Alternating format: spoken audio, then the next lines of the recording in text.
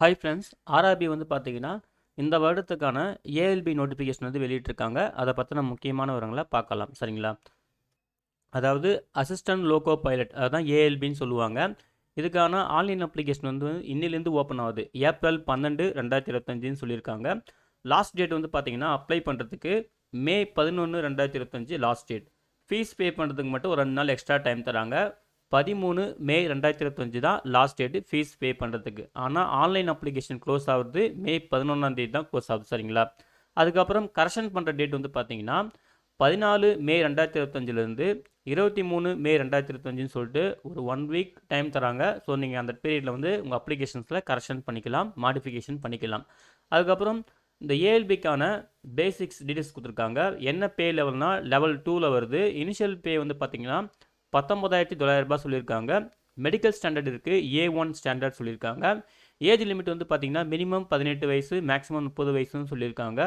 1 ஜூலை 2025 கணக்குப்படி. ஓகேங்களா? So vacancy வந்து பார்த்தீங்கன்னா டோட்டலாக எல்லா ஆர்ஆர்பி ஜோனும் சேர்த்து 9,970 வேகன்சி தான் சொல்லியிருக்காங்க. சரிங்களா? இந்த வேகன்சி வந்து பார்த்தீங்கன்னா லாஸ்ட் டைம், அதாவது 2024 வெளியிட்ட நோட்டிஃபிகேஷனோட கம்மி தான். ஆனால் 2024 நோட்டிஃபிகேஷன்ல வந்து பார்த்தீங்கன்னா இனிஷியலாக வந்து ஒரு 5,696 வேகன்சி சொல்லியிருந்தாங்க. அதுக்கப்புறம் ரிவைஸ் பண்ணாங்க 2024 நோட்டிஃபிகேஷன்ஸ்க்கு.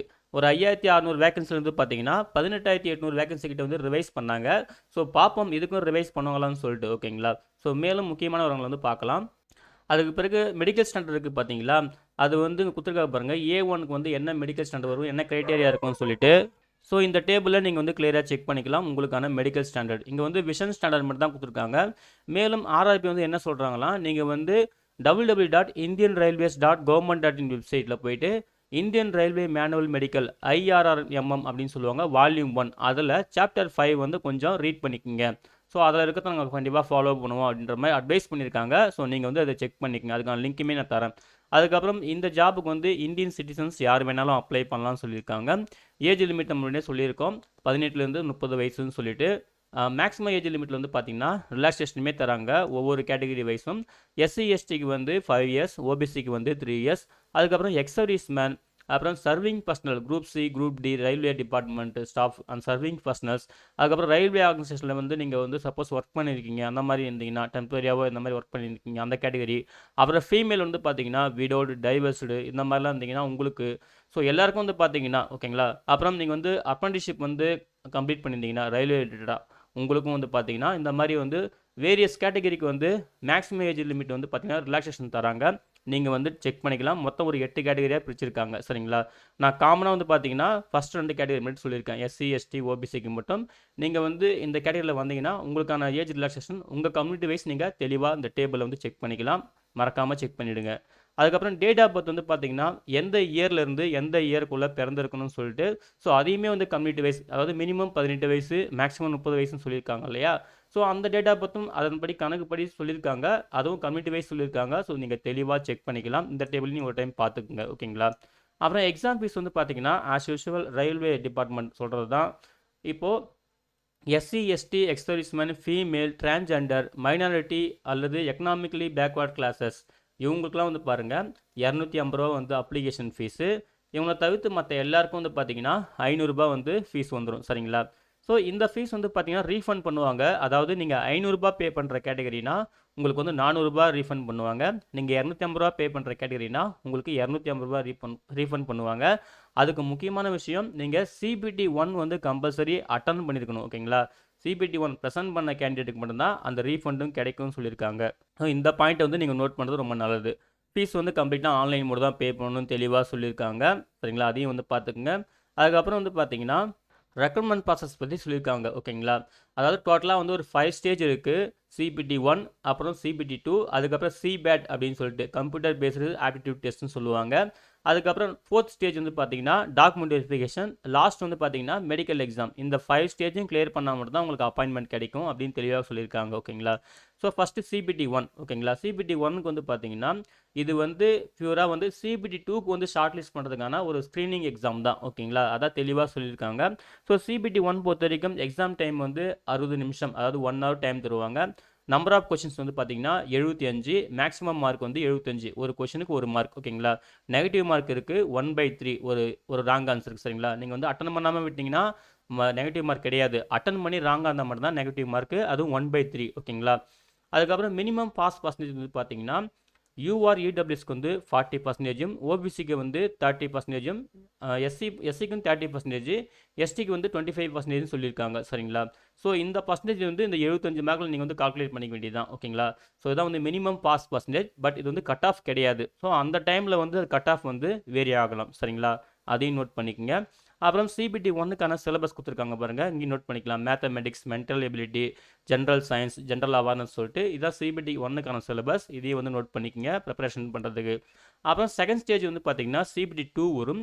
சிபிடி 2 வந்து பார்த்தீங்கன்னா நீங்கள் சிபிடி 1 வந்து கம்ப்ளீட் பண்ணுவீங்க இல்லையா, சிபிடி 1ஓட பர்ஃபார்மன்ஸ் பேஸ் பண்ணி, அதாவது ஆர்ஆர்பி வந்து கட் ஆஃப் டிசைட் பண்ணணும். அந்த கட் ஆஃப்லேருந்து யாரெல்லாம் எலிஜிபிள் ஆகிறீங்களோ அவங்க வந்து சிபிடிக்கு வந்து கால் பண்ணுவீங்க. அது எப்படி கால் பண்ணுவாங்க பார்த்தீங்கன்னா, ஒரு வேகன்சிக்கு சரிங்களா, அதாவது கம்யூனிட்டி வைஸாக ஓகேங்களா, ஒரு வேகன்சிக்கு வந்து பார்த்தீங்கன்னா 15 நபர் அப்படின்ற அடிப்படையில் வந்து பார்த்தீங்கன்னா கால்குலேட் பண்ணுவாங்க. அதாவது 1:15 அப்படின்னு சொல்லுவாங்க ஓகேங்களா. ஒரு வேகன்சிக்கு 15 பேர் அப்படின்னு சொல்லிட்டு கால் பண்ணுவோம் அப்படின்னு சொல்லியிருக்காங்க. அது அந்த கட் ஆஃப் மார்க் பொறுத்துன்னு சொல்லியிருக்காங்க சரிங்களா. ஸோ சிபிடி 2க்கு வந்து நீங்கள் போவீங்க. அப்புறம் சிபிடி 2க்கான சிலபஸ் கொடுத்துருக்காங்க.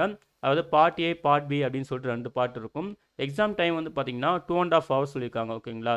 அப்புறம் டோட்டல் கொஸ்டின் வந்து 175 கொஸ்டின்ஸுங்களா, 175 கொஸ்டின்ஸ் இருக்கும். பார்ட் ஏக்கு வந்து பார்த்தீங்கன்னா 90 மினிட்ஸ் எக்ஸாம் டைமு, 100 கொஸ்டின்ஸ் வந்து இருக்கும். பார்ட் பிக்கு வந்து 60 மினிட்ஸ் வந்து எக்ஸாம் டைமு, 75 கொஸ்டின்ஸ் இருக்கும். இதுக்குமே நெகட்டிவ் மார்க் இருக்குது. ராங்காக ஆன்சர் பண்ணிங்கன்னா ஒரு கொஸ்டினுக்கு 1/3 அப்படின்னு சொல்லியிருக்காங்க சரிங்களா. அதுக்கப்புறம் இதுக்குமே மினிமம் பாஸ் பர்சன்டேஜ் இருக்குது. அதாவது பார்ட் ஏக்கு வந்து பார்த்தீங்கன்னா மினிமம் பாஸ் பர்சன்டேஜ் வந்து யூஆர்இடபிள்யூஎஸ்க்கு வந்து 40%, ஓபிசிக்கும் எஸ்சிக்கும் வந்து 30%, எஸ்டிக்கு வந்து 25% சொல்லிட்டு சிபிடிக்கு ஒன்று சொன்ன சேம் க்ரைட்டேரியா தான் இங்கேயுமே ஓகேங்களா. அதே போல் இந்த பார்ட் ஏ வந்து பார்த்தீங்கன்னா இப்படி செப்பரேட்டாக கொடுத்துருக்காங்க ஓகேங்களா. அதாவது பார்ட் ஏ தான் வந்து பார்த்தீங்கன்னா அடுத்தடுத்த ஸ்டேஜுக்கு வந்து நாங்கள் எடுத்துப்போம், கால்குலேட் பண்ணுறதுக்கு எடுத்துப்போம். ஆனால் அங்கே பார்ட் பி வந்து பார்த்தீங்கன்னா இதுக்கு அந்த மினிமம் பாஸ் பர்சன்டேஜ்ன்றது எல்லா கம்யூனிட்டிக்குமே வந்து பார்த்தீங்கன்னா 35% அப்படின்னு சொல்லியிருக்காங்க ஓகேங்களா. நீங்கள் கண்டிப்பாக வந்து பார்த்தீங்கன்னா பார்ட் ஏ, பார்ட் பி வந்து இந்த மினிமம் குவாலிஃபைங் மார்க்ன்றதை, அதாவது கட் ஆஃப் மார்க்ன்றதை வந்து ரீச் பண்ணி ஆகணும். அப்போ தான் அடுத்தடுத்த ஸ்டேஜுக்கு போக முடியுன்றதை இங்கே தெளிவாக சொல்கிறாங்க சரிங்களா.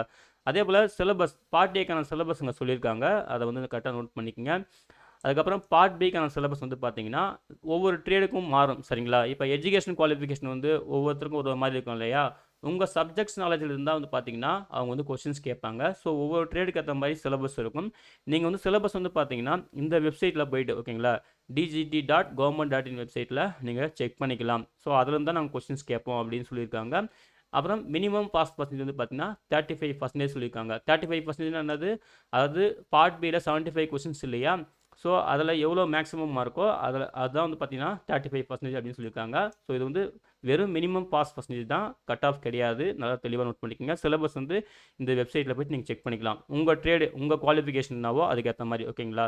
ஸோ உங்கள் தெளிவாக பார்த்துக்குங்க. இந்த டேபிளில் கொடுத்துருக்காங்க பாருங்கள், நீங்கள் என்ன குவாலிஃபிகேஷனில் வரீங்க, ஒரு 4 கேட்டகரியாக பிரிச்சிருக்காங்க இல்லையா. ஸோ அந்த குவாலிஃபிகேஷன்ஸ்க்கு உங்களுக்கு என்ன ட்ரேடு வந்து எலிஜிபிள், இதுதான் மெயின் சரிங்களா. அந்த ட்ரேடு இப்போ நீங்கள் எலக்ட்ரிக்கல் இன்ஜினியரிங்னா உங்களுக்கு என்ன மாதிரி ட்ரேட்லாம் எலிஜிபிள், நீங்கள் வந்து எலக்ட்ரானிக்ஸ் இன்ஜினியரிங்னா உங்களுக்கு என்ன மாதிரி ட்ரேபிள், மெக்கானிக்கல்னா என்ன மாதிரி ட்ரேடு, ஆட்டோமொபைலாக என்ன மாதிரி ட்ரேடு.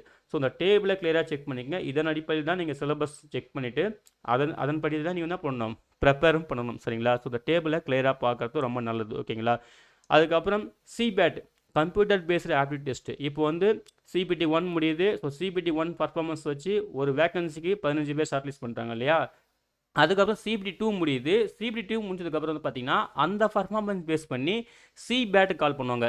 சிபேட்டுக்கு வந்து பார்த்தீங்கன்னா ஒரு வேகன்சிக்கு 8 பேர் அப்படின்னு சொல்லிட்டு கால் பண்ணுவாங்க. அதாங்க தெளிவாக சொல்லியிருக்காங்க ஓகேங்களா. இது சிபிடி 2ஓட பர்ஃபார்மன்ஸ் பேஸ் பண்ணி ஓகேங்களா. ஸோ ஒரு வேகன்சிக்கு 8 பேர் சொல்லிட்டு நாங்கள் சிபேட்டுக்கு வந்து கால் பண்ணுவோம். அது வந்து பார்த்தீங்கன்னா பியூராக பார்ட் ஏ, நீங்கள் பார்ட் ஏல வந்து எவ்வளோ பர்ஃபார்மன்ஸ் பண்ணுறீங்க, எவ்வளோ மார்க் எடுக்கிறீங்க, அதை பொறுத்து தான் அப்படின்னு சொல்லியிருக்காங்க. ஸோ அதுக்கு ஒரு கட் ஆஃப் வந்து அவங்க ஃபிக்ஸ் பண்ணுறாங்க இல்லையா. அந்த கட் ஆஃப் நீங்கள் எலிஜிபிள் ஆகிட்டிங்கன்னா ஒரு வேகன்சிக்கு 8 பேர் சொல்லிட்டு நாங்கள் சிபேட்டுக்கு வந்து கால் பண்ணுவோம். அது பார்ட் ஏவோட பர்ஃபார்மன்ஸ் பேஸ் பண்ணி தான் அப்படின்னு தெளிவாக கொடுத்துருக்காங்க ஓகேங்களா. சிபேட்டுக்கு வந்து பார்த்தீங்கன்னா கொஷின்ஸ் வந்து இங்கிலீஷ், ஹிந்தி இந்த 2 லாங்குவேஜில் மட்டும் தான் இருக்கும்னு சொல்லியிருக்காங்க. இதுக்கு நெகட்டிவ் மார்க்லாம் எதுவும் கிடையாது ஓகேங்களா. ஸோ ஃபஸ்ட்டு சிபிடி 1, சிபிடி 2க்கு மட்டும் தான் நெகட்டிவ் மார்க்கு, சிபேட்டுக்கு வந்து நெகட்டிவ் மார்க் கிடையாதுன்னு தெளிவாக சொல்லிட்டாங்க. அதையும் நோட் பண்ணிக்கோங்க ஓகேங்களா. அதுக்கப்புறம் ஃபைனலாக மெரிட் லிஸ்ட்டுன்றது வந்து பார்த்தீங்கன்னா ஓகேங்களா, நீங்கள் வந்து பார்ட் ஏ சிபிடி 2ல் பார்ட் ஏக்கு பார்த்தீங்களா, அதில் வந்து 70%, சிபேட் எக்ஸாம் எழுதுகிறோம் பார்த்தீங்களா சிபேட் வந்து பார்த்தீங்கன்னா 30% ஓகேங்களா. ஸோ இப்படி தான் வந்து ஃபைனலாக வந்து மெரிட் லிஸ்ட்டு ப்ரிப்பேர் பண்ணுவாங்க ஓகேங்களா. So part A of CBT 2 அதில் 70% வெயிட்டேஜும், அப்புறம் சிபிஐட்டோட அந்த மார்க்குக்கு பார்த்தீங்களா அது வந்து 30% கன்வெர்ட் பண்ணிவிட்டு, ஸோ மொத்தம் 100% வந்து கால்குலேட் பண்ணுவாங்க. ஸோ அதன்படி தான் வந்து பார்த்தீங்கன்னா மெரிட் லிஸ்ட்டை வந்து ப்ரிப்பேர் பண்ணுவாங்க சரிங்களா. அப்புறம் டாக்குமெண்ட் வெரிஃபிகேஷன், இது வந்து 4th ஸ்டேஜ். இப்போது இந்த வெயிட்டேஜ் வச்சு பார்த்தீங்கன்னா மொத்தம் 100% வெயிட்டேஜ் வந்து பார்த்தீங்கன்னா டாக்குமெண்ட் வெரிஃபிகேஷன்ஸ் கால் பண்ணுவாங்க. இதான் வந்து 4th ஸ்டேஜ். டாக்குமெண்ட் வெரிஃபிகேஷன் வந்து பார்த்தீங்கன்னா இப்போ ஒரு வேகன்சிக்கு 1 நபர் அப்படின்ற விதத்தில் தான் வந்து பார்த்தீங்கன்னா கால் பண்ணுவோம் அப்படின்னு சொல்லிட்டு இந்த ஃபஸ்ட்டு ஏ பாயிண்ட்லேயே தெளிவாக சொல்லியிருக்காங்க ஓகேங்களா. Candidates equal to the number of vacancy அப்படின்னு சொல்லிட்டு ஓகேங்களா. இது அந்த வெயிட்டேஜ் பொறுத்து, அதாவது பார்ட் ஏ அதுக்கப்புறம் சிபேட் இந்த வெயிட்டேஜ் பொறுத்து ஒரு வேகன்சிக்கு 1 நபர் அப்படின்னு சொல்லிட்டு நாங்கள் கால் பண்ணுவோம் டாக்குமெண்ட் வெரிஃபிகேஷன்ஸ் அப்படின்னு சொல்லிட்டு தெளிவாக கொடுத்துருக்காங்க. அதை நோட் பண்ணிக்கோங்க ஓகேங்களா. அதுக்கப்புறம் அப்ளை பண்ணுறதுக்கான ப்ரொசீஜர் கொடுக்குறாங்க அடுத்த ஸ்டேஜ்லேருந்து, ஹவு டு அப்ளை அப்படின்னு சொல்லிட்டு ஓகேங்களா. ஸோ இது வந்து டாக்குமெண்ட் வெரிஃபிகேஷன்ஸ் தான். அதுக்கப்புறம் மெடிக்கல் எக்ஸாம் இருக்குது 5th ஸ்டேஜ் ஓகேங்களா. ஸோ அதுக்கான இன்ஸ்ட்ரக்ஷனுமே கொடுப்பாங்க ஓகேங்களா. அதெல்லாம் நீங்கள் நோட் பண்ணிக்கணும். நம்ம ஆல்ரெடி சொல்லியாச்சு, நீங்கள் வந்து இந்தியன் ரயில்வே மேனுவல் வந்து ரெஃபர் பண்ணுற மாதிரி இருக்கும் ஓகேங்களா. அப்புறம் அப்ளை பண்ணுறது கம்ப்ளீட்டாக ஆன்லைன் மோடு தான். நீங்கள் ஏதாவது ஒரு ஆர்ஆர்பிக்கு தான் அப்ளை பண்ணணும். நம்ம தமிழ்நாடுனா சென்னை ஆர்ஆர்பி ஜோனுக்கு தான் அப்ளை பண்ணணும். தெளிவாக நோட் பண்ணிக்கோங்க. அதான் அங்கே கொடுத்துருக்காங்க. அதுக்கப்புறம் அப்ளிகேஷன் முடியுது இல்லையா, அப்ளை பண்ணுறதுக்கு அப்ளிகேஷன் லாஸ்ட் டெட்லைன் வந்து முடிஞ்சதுக்கப்புறம் கரெக்ஷன் பண்ண டைம் தருவாங்க இல்லையா, அந்த டைம் பீரியட், அதாவது மே 14 அதிலிருந்து மே 23 2025 அந்த டேட் வரைக்கும் நம்ம கரெக்ஷன் பண்ணிக்கலாம். ஆனால் என்ன ஒன்றுனா நீங்கள் கரெக்ஷன் சார்ஜ் ஓகேங்களா, அதுக்கு வந்து ஃபீஸ் பே பண்ணுற மாதிரி இருக்கும். 250 ரூபா பே பண்ணணும். இது வந்து நீங்கள் எஸ்சி எஸ்டி அதாவது ஃப்ரீ கேட்டகரி பார்த்தீங்களா, ஃபீஸ் இல்லைன்னு சொல்கிறாங்க இல்லையா, அந்த கேட்டகரியாக இருந்தாலும் பார்த்தீங்கன்னா நீங்கள் வந்து ஸோ அவங்களுக்கும் 250 தான் ஃபீஸ் கிடையாது, ஃப்ரீ கிடையாது. அவங்களுமே அடிஷ்னலாக பே பண்ணணும் அப்படின்னு தெளிவாக கொடுத்துருக்காங்க ஓகேங்களா. ஸோ இது எல்லாருக்குமே பொருந்தும் ஓகேங்களா. நீங்கள் வந்து 500 ரூபாய் பே பண்ணுற கேட்டகரி இருந்தாலும் சரி, அப்ளை பண்ணும்போது ஓகேங்களா 250 ரூபா பே பண்ணுற கேட்டகரி இருந்தாலும் சரி, நீங்கள் கரெக்ஷன் பண்ணிங்கன்னா 250 ரூபா பே பண்ணணும். இப்போ ஃபஸ்ட் டைம் கரெக்ஷன் பண்ணுறீங்கன்னா அதுக்கு 250 ரூபா பே பண்ணுவீங்களா. சப்போஸ் மறுபடியும் எதாவது மிஸ்டேக் இருக்குது, மறுபடியும் நீங்கள் மாடிஃபிகேஷன் பண்ணணும் அப்படின்னு நினச்சிங்கன்னா மறுபடியும் நீங்கள் 250 ரூபா பே பண்ணுற மாதிரி தான் இருக்கும். ஒவ்வொரு டைமும் நீங்கள் கரெக்ஷன் பண்ணுற போகிறப்பையும் 250 ரூபா பே பண்ணுற மாதிரி இருக்கும்னு சொல்லிட்டு தெளிவாக சொல்லியிருக்காங்க பாருங்கள்.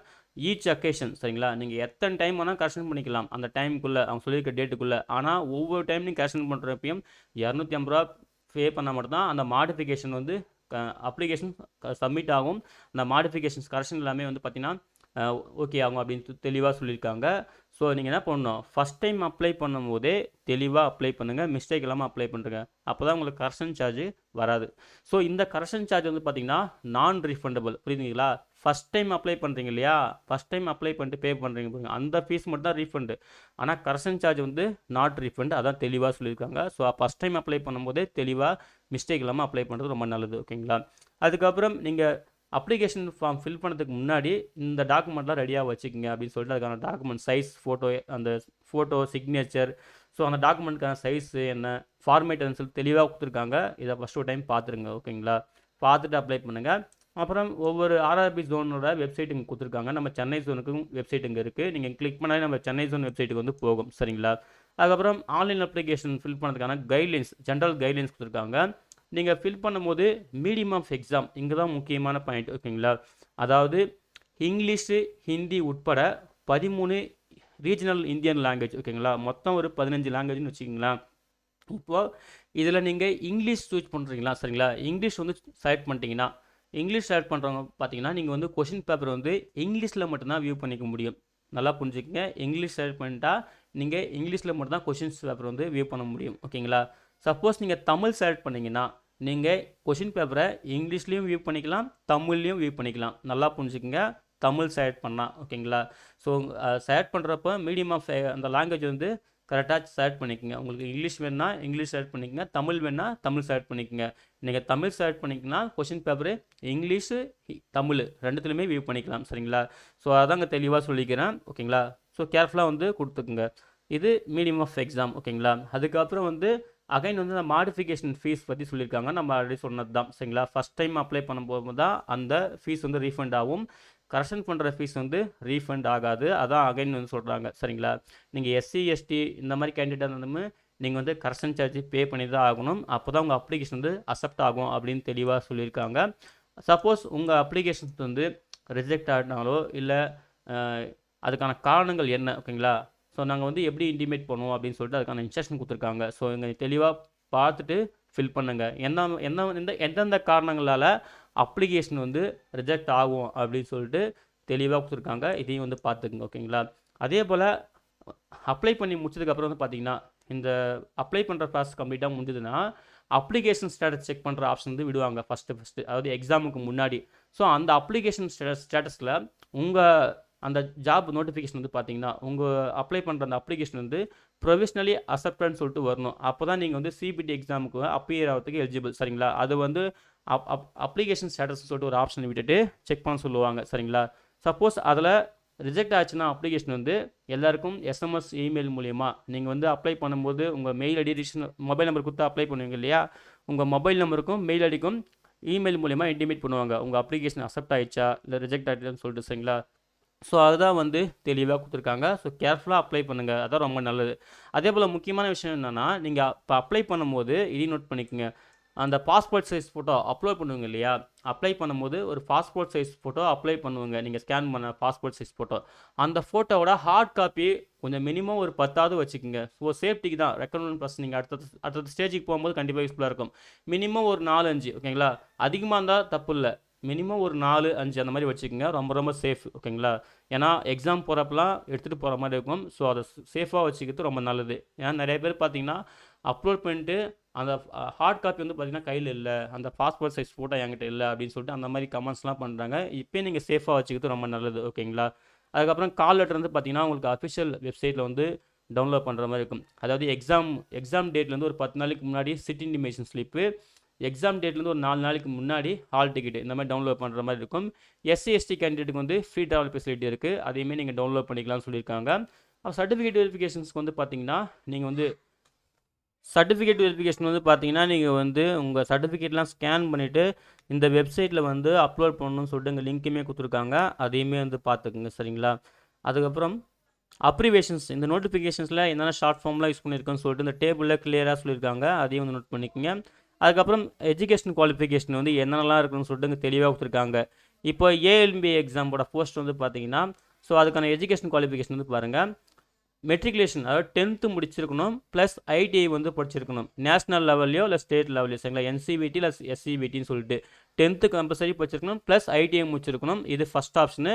அது கூட இந்த ட்ரேட்லாம் ஃபிட்டர், எலக்ட்ரிஷியன், இன்ஸ்ட்ருமெண்ட் மெக்கானிக் சொல்லிட்டு millwright, maintenance, mechanic radio and TV, electronics mechanic motor vehicle, wireman, tractor mechanic, armature coil winder, mechanic diesel, heat engine, turner, machinist, refrigeration, air conditioning சொல்லிட்டு இந்த மாதிரி ட்ரேட்லாம் முடிச்சிருந்தீங்கன்னா நீங்கள் வந்து எலிஜிபிள்.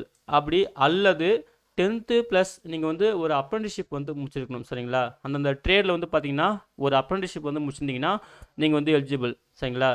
அல்லது நீங்கள் 10th முடிச்சுட்டு diploma 3 years diploma course வந்து முடிச்சிருக்கணும், மெக்கானிக்கல், எலக்ட்ரிக்கல், எலக்ட்ரானிக்ஸ், ஆட்டோமொபைல் இந்த டிசிப்ளின் வந்து நீங்கள் முடிச்சிருக்கணும்னு சொல்லியிருக்காங்க.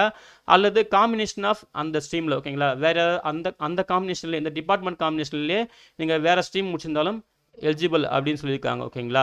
ஸோ அந்த ட்ரேடுக்கு வந்து மேட்ச் ஆகணும், அப்படி படிச்சிருந்தாலும் நீங்கள் எலிஜிபிள் தான் டிப்ளமோவில் வந்து. ஓகேங்களா? சப்போஸ் நீங்கள் வந்து டிகிரி இன்ஜினியரிங் பிஇ பிடெக் வந்து படிச்சிருக்கீங்க இந்த சொன்ன டிசிப்ளினில், ஓகேங்களா, இந்த டிசிப்ளின் நீங்கள் பிஇ பிடெக் படிச்சிருந்தாலுமே நீங்கள் எலிஜிபிள் தான், டிகிரியுமே எலிஜிபிள் அப்படின்னு சொல்லியிருக்காங்க பிஇ பிடெக். ஓகேங்களா? ஸோ அதையும் வந்து பார்த்துக்குங்க. ஓகேங்களா? ஸோ இதான் வந்து கல்வி தகுதி. இந்த ஏஎல்பி வந்து பார்த்தீங்கன்னா கம்ப்ளீட்டாக பிடபிள்யூடி கேண்டிடேட்டுக்கு வந்து நாட் சூட்டபிள் அப்படின்னு கிளியராக சொல்லியிருக்காங்க. ஸோ தெளிவாக நோட் பண்ணுறது ரொம்ப நல்லது. ஓகேங்களா? அதுக்கு பிறகு ஜோன் வைஸ் வேக்கன்சிங் கொடுத்துருக்காங்க. டோட்டலாக வந்து பார்த்தீங்கன்னா 9970 வேக்கன்சியில் நம்ம சென்னை ஜோனுக்கு வந்து 322 வேக்கன்சி தான். சரிங்களா? இதில் யூஆருக்கு வந்து 155, எஸ்சிக்கு வந்து 56, எஸ்டிக்கு வந்து 37, ஓபிசிக்கு 73, இடபிள்யூஸ்க்கு வந்து 41, எக்ஸர்வீஸ் மேனுக்கு 37, அதாவது 10% ஆஃப் டோட்டல் வேகன்சின்னு சொல்லிட்டு ஸோ தெளிவாக கொடுத்துருக்காங்க. இங்கே வேகன்சியை நோட் பண்ணிக்கோங்க. ரிவைஸ் ஆனால் கண்டிப்பாக நம்ம இன்ஃபார்ம் பண்ணுறோம். ஓகேங்களா? இது சென்னை ஜோனோட வேகன்சி. நம்மது எஸ்ஆர் சதர்ன் ரீஜனில் வரும். ஓகேங்களா? சென்னை ஜோன் வந்து. அதுக்கு பிறகு சர்டிஃபிகேட் ஃபார்மேட்லாம் கொடுத்துருக்காங்க. உங்களுக்கு ஏதாவது சர்டிஃபிகேட் ஃபார்மேட் வந்து தேவைப்பட்டால் இதையுமே நீங்கள் ப்ரிப்பேர் பண்ணி வச்சுக்கலாம். சரிங்களா?